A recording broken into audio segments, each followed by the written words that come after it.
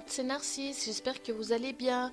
Comme promis la semaine dernière, on se retrouve aujourd'hui pour la partie wig. Donc aujourd'hui, je vais vous montrer la fibre que j'ai choisie et comment je l'ai préparée pour faire ma petite wig en alpaga. Donc ici, vous avez un petit dessin et des photos de mon inspiration. Donc je voulais une wig avec un chignon et une frange et des mèches sur le côté, si possible en éton châtain clair avec des mèches roses. Donc pour ça, j'ai choisi en fait de l'alpaga light fawn. J'ai préparé mes mèches et je les ai lavées pour pouvoir les utiliser. Donc je vais vous montrer un peu comment j'ai fait ma teinture. Je m'excuse d'avance parce qu'en fait il manque la partie préparation réelle des mèches avant collage. Et ça sera du coup dans une autre vidéo. Donc voilà light fawn, la couleur. Je trouve ça vraiment super beau.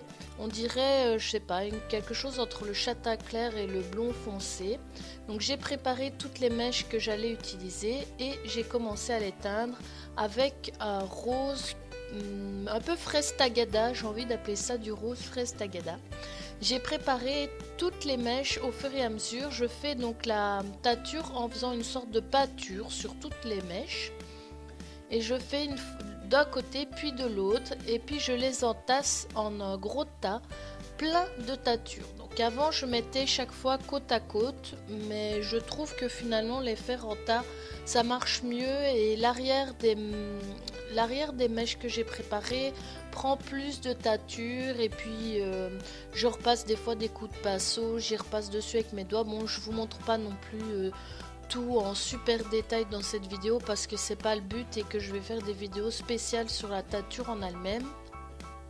Donc quand j'arrive au bout de mon petit pot de teinture, j'hésite pas à m'arrêter à en refaire en gardant un petit fond de couleur dans le fond du pot pour essayer de refaire la couleur la plus proche possible.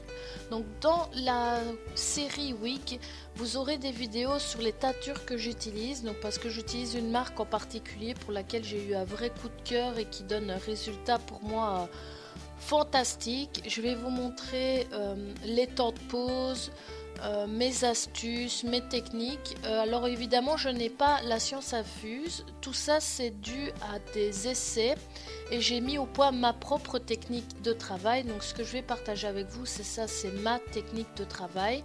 Je voulais aussi vous dire qu'il allait y avoir un peu de changement dans les futures vidéos parce que le logiciel que j'utilise actuellement, je le trouve sympa mais je trouve est rapide, mais je trouve que la qualité laisse un peu à désirer. Donc je vais revenir à After Effects. Du coup, peut-être que les premières vidéos, il y aura moins d'effets un peu spéciaux. Et j'espère que vous me pardonnerez, mais c'est vraiment important pour moi de faire de la bonne qualité. Déjà que j'ai pas un éclairage forcément parfait tout le temps.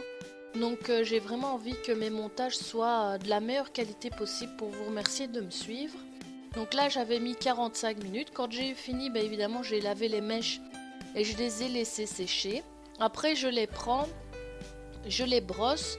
Je découpe la partie avec l'élastique, je les sépare en petites sections et je les colle sur une fiche plastique et c'est cette partie-là que j'ai malheureusement oublié de filmer ou je me suis pas rendu compte que ça filmait plus à mon avis. Donc voilà, ici vous voyez le résultat une fois que les mèches sont bien sèches. Comme promis, je vous montrerai dans une prochaine vidéo comment j'ai réalisé ces fameuses mèches. On arrive au bout de cette vidéo, donc je voulais vous remercier pour votre fidélité. Si la vidéo vous a plu, n'hésitez pas à mettre un petit pouce bleu et à vous abonner pour n'en manquer aucune. J'ai vraiment hâte de vous retrouver la semaine prochaine, donc je vous dis à bientôt. Bye bye!